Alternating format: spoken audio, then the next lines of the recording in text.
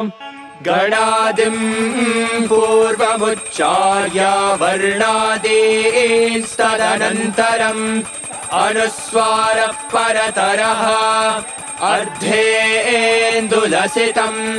तारेण रुद्धम् एतत्तव मनुस्वरूपम् गकारः पूर्वरूपम् अकारो मध्यमरूपम् अनुस्वारश्चान्त्यरूपम् बिन्दुरुत्तररूपम् नादः सन्धानम् सगुंहिता सन्धिः सैषा गणेशविद्या गणकऋषिः निसृद्गायत्री छन्दः गणपतिर्देवता ॐ गणपतये नमः।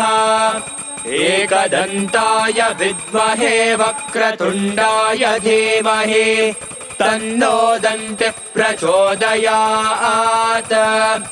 एकदन्तम् चतुर्हस्तम् पाशमङ्कुशधारिणम् रथम् च वरदम् हस्तैर्बिभ्राणम् मूषकध्वजम् रक्तम् लम्बोदरम् शूर्पकर्णकम् रक्तवाससम् रक्तगन्धानुलिप्ताङ्गम् रक्तपुष्पैः सुपूजितम् भक्तानुकम्पिनम् देवम् जगत्कारणमच्युतम् आविर्भूतम् च सृष्ट्यादौ प्रकृतेः पुरुषात् परम् एवम् ध्यायति यो नित्यम् स योगी योगिनाम् वरः।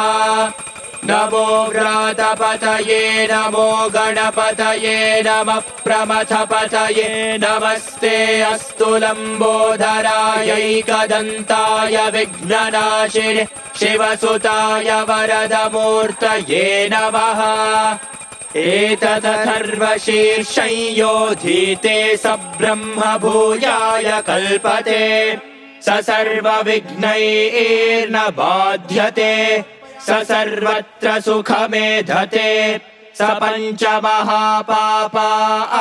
प्रमुच्यते सायमधियानो दिवसकृतं पापम्